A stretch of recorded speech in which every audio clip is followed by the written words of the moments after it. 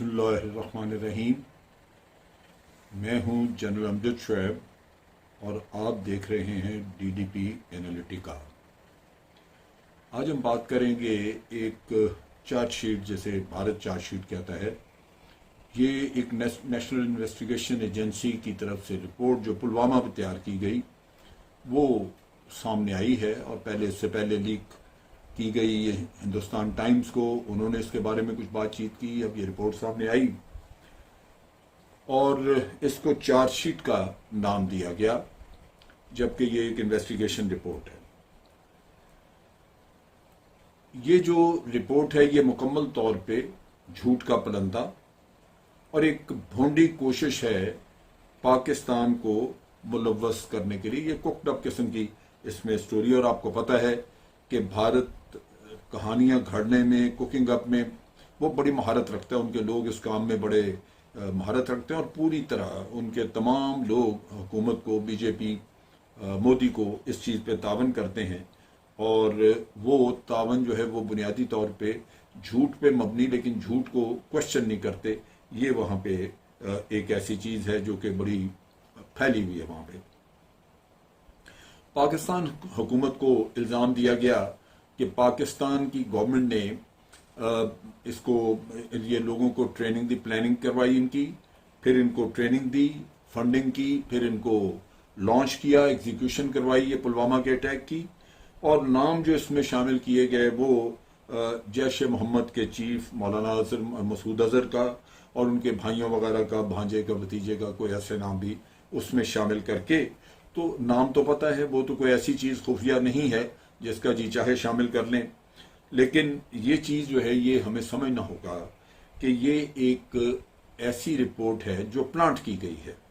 इसमें जो जर्नलिस्ट जिनको एक्सेस दी गई, जैसे हिंदुस्तान टाइम्स की मैंने बात की है, ये जो मोदी की लाइन टो करते हैं, मोदी के झूठ को प्रोपेगेट करते हैं, उन्हीं लोगों को एक्सेस दी जाती है, कंसर्न्ड ऑफिसर्स तक या इनके रॉ वगैरह के इंटेलिजेंस के जो लोग हैं उन तक, ताकि वो इनकी लाइन टो करें और मीडिया में वही प्रोपेगेट हो जो बीजेपी चाहती है। लिहाजा ये प्लांटेड रिपोर्ट जो है ये निकल आई, लेकिन उन्हीं लोगों ने, हिंदुस्तान टाइम या चांद एक वो लोग जो जर्नलिस्ट जो साथ में लगे थे, उन्होंने किसी ने क्वेश्चन नहीं किया कि इसके अंदर खराबियां क्या हैं, झूठ क्या है इसमें। सो नेचुरली ये जो खराबियां और झूठ है वो हम बताएंगे। इसी तरह इसको आम करने के लिए, लोगों की तवज्जो मबजूल कराने के लिए ये किया गया कि पहले ये रिपोर्ट जो थी इसके बारे में एक प्रमोशनल वीडियो लोड की गई, अपलोड की गई यूट्यूब पे। और उस प्रमोशनल वीडियो में इनके जो फॉरेन मिनिस्टर हैं जयशंकर, उनका एक इंटरव्यू, उसके इक़्तिबासात वगैरह, जहां पाकिस्तान को पहले ब्लेम किया जा रहा है कि जनाब पाकिस्तान एक बड़ा डिफिकल्ट किस्म का, मुश्किल किस्म का एक हमारा हमसाया है, इसके साथ बातचीत, डिप्लोमेसी काम ही नहीं करती। हालांकि बातचीत से भारत भागा रहा है, पिछले 72 साल वो टाल मटोल करके बातचीत से निकलता रहा है। और ये एक प्रोपेगेंडा वीडियो पहले रखी ताकि इससे एक ग्राउंड तैयार की जाए और लोगों की तवज्जो उधर मबजूल कराई जाए। अब बात यह है कि ये फरवरी 2019 का वाकया था। दुनिया इसको भूल चुकी थी। अब सोच की बात है कि अब इसको सामने लाने की, इसके ऊपर इतना चर्चा करने की क्या जरूरत थी। अचानक ये क्यों जरूरत पड़ गई कि ये एक दफा ये तमाशा, ये जो मसला है इसको दोबारा सामने लाया जाए। और उसमें असल चीज जो नजर आती है वो ये है कि जब से पुलवामा का वाकया वो से लेके आज दिन तक मोदी की तारीख सारी नाकामियों से भरी पड़ी है। आज मोदी एक बड़ी मुश्किल हालात में है, बहुत उसकी एक टाइट कॉर्नर में है जहां उसको जरूरत है कि वो कुछ करके दिखाए ऐसा। दूसरी तरफ ये है कि चैलेंजेस आगे इतने बड़े बड़े हैं जो मोदी का मुंह चढ़ा रहे हैं। और मोदी साहब के लिए जरूरत है कि वो जो 56 इंच की छाती आज छोटी होकर रह गई है उसको दोबारा फुलाएं। लिहाजा वो फिर इस तरह की इल्जाम तराशियां, बहुत अरसे से हम कह रहे थे कि ये फॉल्स फ्लैग ऑपरेशन करेंगे, लेकिन फॉल्स फ्लैग ऑपरेशन करने में हम रुकावट थे इस वजह से कि हम इनकी साजिशों को बेनकाब कर देते थे। अब इन्होंने सहारा लिया उसी पुराने फॉल्स फ्लैग ऑपरेशन का, पुलवामा वाले ऑपरेशन का, जिसमें इन्होंने पहले ही पाकिस्तान पे इल्जाम लगा दिया था। अब वो खानापुरियां पूरी करके जाली रिपोर्ट्स वगैरह के जरिए और एक किताबचा बना दिया, एक किताब बना दी, एक रिपोर्ट बना दी, ताकि दुनिया को ये हम कह सकें कि जनाब हमने तो मुकम्मल इंक्वायरी की हुई है और ये पाकिस्तान इसमें शामिल है। ये मोदी के लिए क्यों जरूरी था? इसलिए कि मोदी के पास इसके अलावा हरबा कोई नहीं, ये उसका आखिरी हरबा है। हिंदू नेशनलिज्म, हाइपर नेशनलिज्म, इसको भड़काओ और फिर उन लोगों के जज्बात के ऊपर सियासत करो, उनसे वोट लो। और इस तरह वो पहले भी ये काम करता रहा है।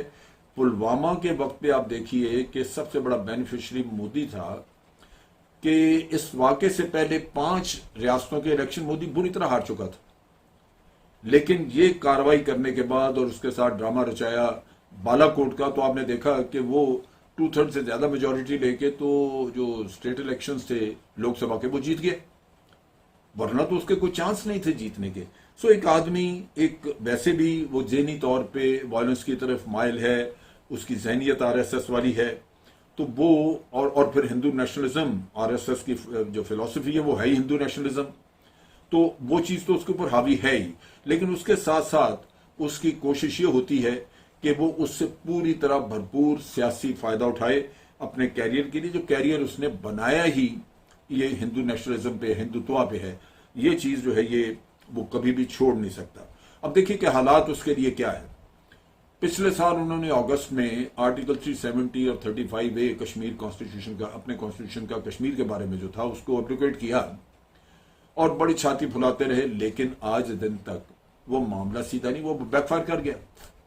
कश्मीरियों ने तो कबूल नहीं किया और कश्मीर में आज भी वो रेजिस्टेंस जारी है। वहां पे लोग वहां पे प्रोटेस्ट कर रहे हैं, एहतजाजी जलसे हो रहे हैं, जहां कहीं उनको अभी वैसे तो एहतजाज करने की इजाजत नहीं, वहां पे कर्फ्यू है, लेकिन जैसे ही इन्होंने ये मुहर्रम के दिनों में लोगों को इजाजत दी मातमी जुलूस के लिए, तो आप देखिए कि मातमी जुलूस हैं वो एहतजाजी जुलूस बन गए। पाकिस्तान का कौमी तराना मुख्तलिफ जगहों पर पड़ा गया और उसके साथ साथ आप देखिए कि आजादी के नारे लग रहे हैं और कोई भी शख्स भारत की नई जो चाल थी उसको कबूल करने को तैयार नहीं है। उसके साथ साथ इसको दबाने के लिए जो इन्होंने ह्यूमन राइट्स वायलेशंस बेपनाह की, उसका पूरी दुनिया में चर्चा हो गया। सो मोदी के ऊपर बाहर का प्रेशर कि जनाब मुख्तलिफ ममालिक कह रहे हैं कि आपने ह्यूमन राइट्स वायलेशन बेपनाह की हैं, आपने बर्बाद करके रख दिया कश्मीर को, और दूसरी तरफ यह है कि कश्मीरी सरापा एहतजाज हैं, कोई उसकी जो वो करना चाह रहा था उसको पाया तकमील पे पहुंचा नहीं सक रहा, तो एक बड़ी सुर्खी हो रही है। अब इन हालात में अगर आप देखें तो उनके अंदर से आवाजें उठ रही हैं कि जनाब मोदी साहब को ये चीजें खत्म कर देनी चाहिए। ये बहुत बड़ा उसके लिए धचका है। फिर जो मोदी का अगला मसला है वो ये है कि अक्टूबर में, जो 1-1.5 महीना रह गया, अक्टूबर में बिहार में इलेक्शन आ रहे हैं और बिहार वो सूबा है जहां मोदी की बहुत मुखालफत है, और वो इस वजह से कि ये जो कोविड-19 का किस्सा आया, इन्होंने लॉकडाउन किया, कोई सोचा नहीं इन्होंने लोगों का कि लोग जाएंगे किधर।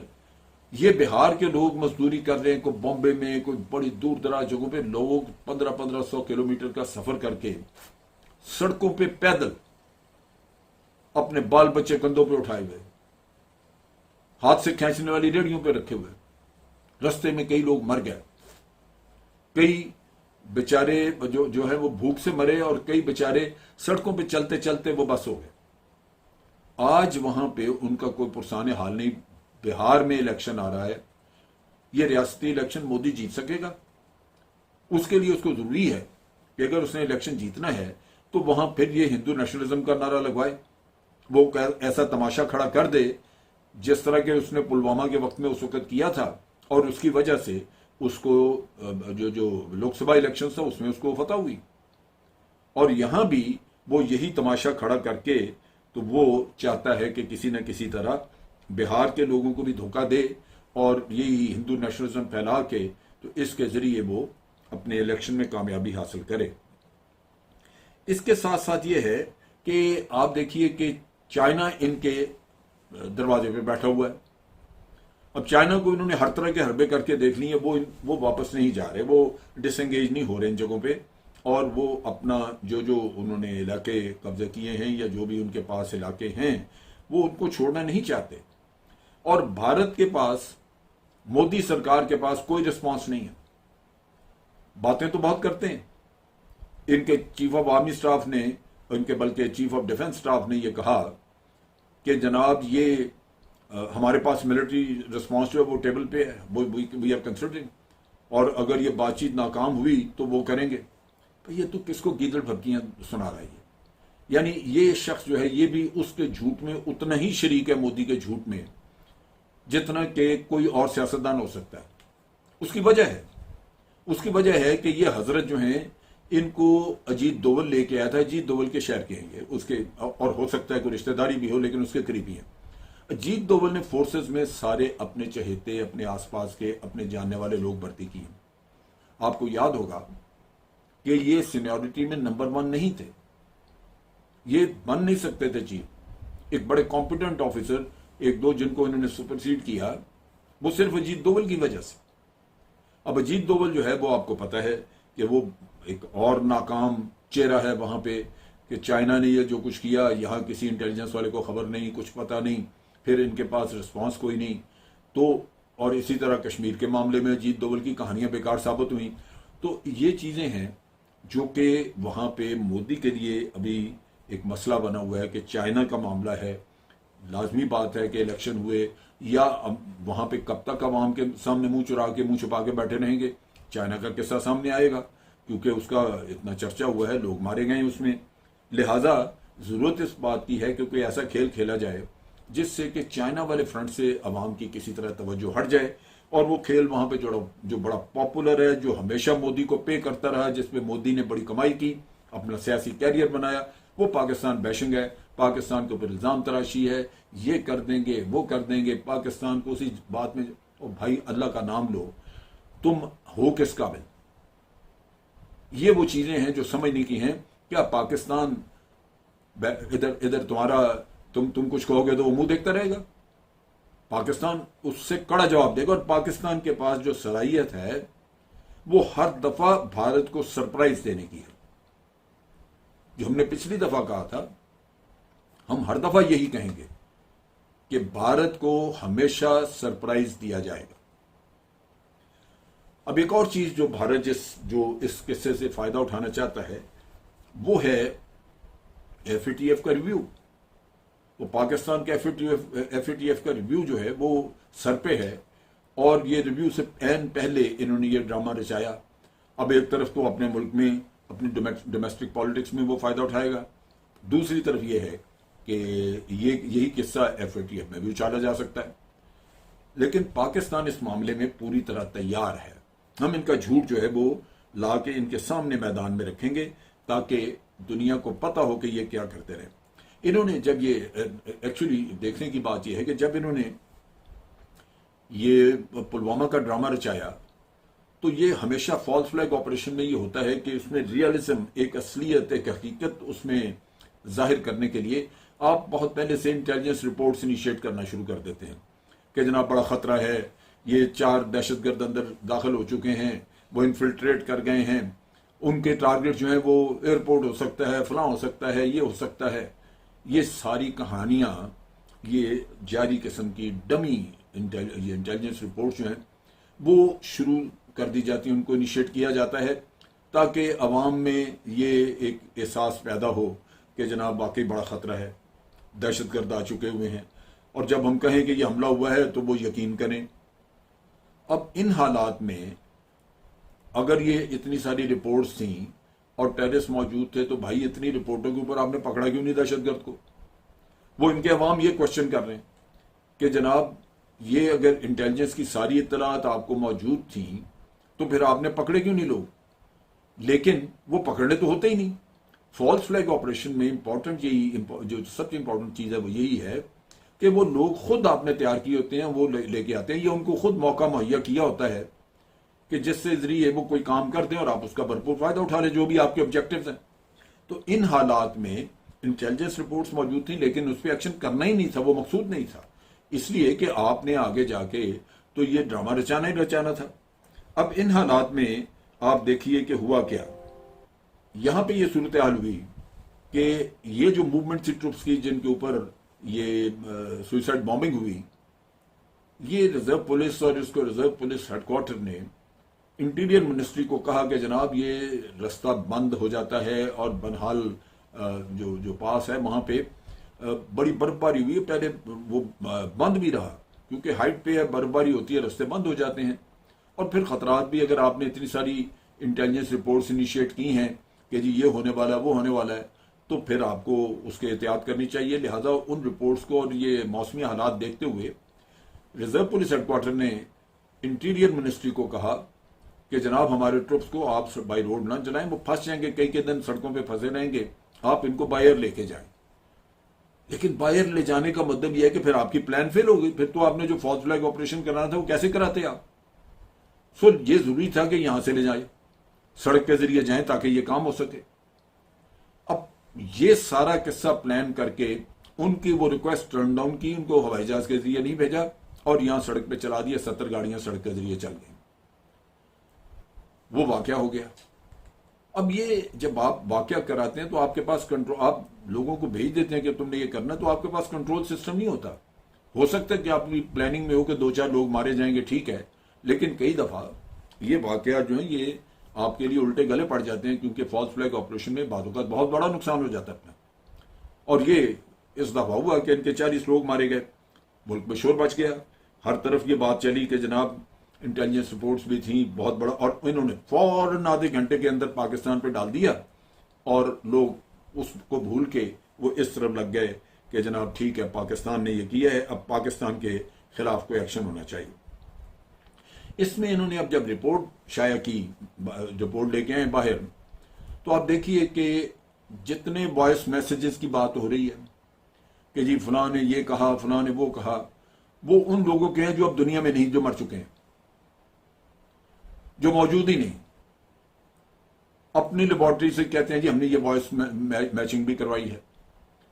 भाई आप वो लोग जो दुनिया में रहे नहीं, उनकी कहानियां हमें सुना रहे हैं, वो कौन अपने आप को डिफेंड करेगा, या किस तरह आप वेरीफाई करेंगे कि ये वाकई उनकी आवाजें थी? वो जाली मैसेजेस बना के कुकड अप, जो कि हमेशा इनका काम है, जाली वीडियोस बनाते रहे हैं, फैब्रिकेटेड कुकड अप वीडियोस। और इसी तरह इन्फिल्ट्रेशन का को साबित करने के लिए बॉर्डर के आसपास गांव का कोई कश्मीरी 2 मार दिए, कहे जी इन्फिल्ट्रेटर्स उधर से आ रहे थे, हमने मार दिए। ये तो इनके काम है, ये ड्रामे ये करते हैं। चुनाचे ये इन्होंने सारा मलबा कि जनाब इसने फलां ने पैसे मांगे थे, फलां ने ये काम किया था, फलां ने वो किया था, वो सारे जो 2-3 लोग इस खेल में जिनके नाम दिए हैं वो जिंदा नहीं है, उनके दरवाजे पे सारा मलबा डाल दिया कि जनाब ये इन्होंने किया था। बाकी नाम वही हैं जो कश्मीरी हैं वहां के, जी फलां गांव का रहने वाला, फलां महल्ले का रहने वाला। अब ये और जो एक जो बहुत बड़ी एक डायकॉटमी इसमें नजर आती है कि जो इन्होंने पहली इंक्वायरी की थी, जब पुलवामा का किस्सा हुआ तो फौरन पुलिस उसी वक्त ढूंढती है कि जी ये करे वो करे। पुलिस को तो आपने कॉन्फिडेंस में नहीं लिया होता कि हम ये ड्रामा रचाने लगे हैं, वो तो असलियत को कायम रखने के लिए, हकीकत का रूप देने के लिए आप ये बाकी चीजें चलती रखते हैं। पुलिस ने फौरन ढूंढ लिया कि जनाब ये जो एक्सप्लोसिव था ये यहीं कश्मीर, नीचे सदर्न कश्मीर में कोई कंस्ट्रक्शन वर्क था, उस कंस्ट्रक्शन के जो कॉन्ट्रैक्टर था उससे लिया गया, गाड़ी भी गालिबन वहीं से कहीं से ली गई। अब जनाब चूंकि ये पाकिस्तान पे डालना था तो वो इतना गालिबन 300-400 केजी जो एक्सप्लोसिव था और उसके साथ अमोनियम नाइट्रेट वगैरह वो डाल दिया। जनाब उमर फारूक पाकिस्तान से इन्फिल्ट्रेशन करता था तो वो लेके आता था। आप सोचिए कि इन पहाड़ों में मैं भी पोस्टेड रहा हूं, इन पहाड़ों में मैं चलता रहूं, एक्सरसाइजेस की हैं, यहां पे 2 केजी आप अपने कंधे पे रख लें तो आपके लिए चलना मुश्किल होता है। ये बात कर रहे हैं मनोमन एक्सप्लोसिव वहां से लाने की। और फिर ये कि इन्फिल्ट्रेटर था, इन्फिल्ट्रेशन तो आपने पकड़ना था, लेकिन वो इन्फिल्ट्रेट नहीं किया। वो हो सकता है पहले का कश्मीर पे बैठा हो या किसी और रास्ते गया हो, या गया भी है या नहीं कि इन्होंने उसके कोई बंदा मार के उसका नाम लगा दिया। ये सारी चीजें वेग है और ये इस तरह के काम करते हैं। ये एक्सप्लोसिव वाला झूठ बोला इन्होंने, जो पकड़ा गया क्योंकि इनकी पहली इंक्वायरी में बताया गया था कि ये वहीं से एक्सप्लोसिव वैली से लिया गया है। अब चीज ये है कि इस सारे किस्से में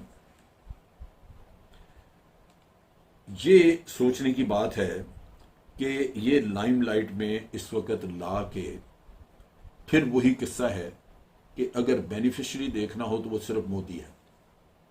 इस सारे खेल में इस वक्त और कुछ नहीं हो सकता। पाकिस्तान अपनी जगह पे खड़ा है, अपने मौक़िफ़ पे कायम है। पाकिस्तान के खिलाफ कुछ करने की कोशिश की जाएगी, पाकिस्तान भरपूर जवाब देगा, बड़ा सरप्राइज होगा भारत को, लेकिन वो चीज़ नहीं है, उसकी ज़रूरत नहीं है। चाइना से तवज्जो उठानी है, इलेक्शन जीतना, ये सब अंदरूनी खेल है इनका, जिसके लिए ये सारा किस्सा किया गया। और आज उस हाइपर नेशनलिज्म, वो हिंदू नेशनलिज्म का एक ड्रामा फिर से रचाया गया, जो कि किस्सा दबा हुआ था, कब्र में था, उसको निकाला और निकाल के फिर जिंदा किया, क्योंकि फॉल्स फ्लैग ऑपरेशन की कोशिशें कामयाब नहीं हुई। चुनाचे अब ये किस्सा करके तो बीजेपी गवर्नमेंट आज अपना भरपूर फायदा उठा रही है, सियासी फायदा, और कुछ आप कह लीजिए कि गलतियां और जो कोताहियां कश्मीर में की हैं उनसे तवज्जो हटानी, चाइना जो आपका दरवाज़ा खटखटा रहा है उनसे तवज्जो हटानी, ये वो चीज़ें हैं जिनको ये सामने रख के तो इन्होंने ये दोबारा एक रिपोर्ट निकाल के सामने रख दी है। पाकिस्तान के फॉरेन ऑफिस ने इसको रिजेक्ट किया है, उन्होंने कहा ये झूठ का पलंदा है, हमने आपके पहले भी जो आपने इन्फॉर्मेशन जो रिपोर्ट भेजी थी हमने देखी थी, वो भी झूठ का पलंदा था और ये भी झूठ का पलंदा है। और इन एनी केस हमें कभी भी भारत से सच्चाई की तवक्को नहीं रखनी चाहिए। खुदा हाफिज़।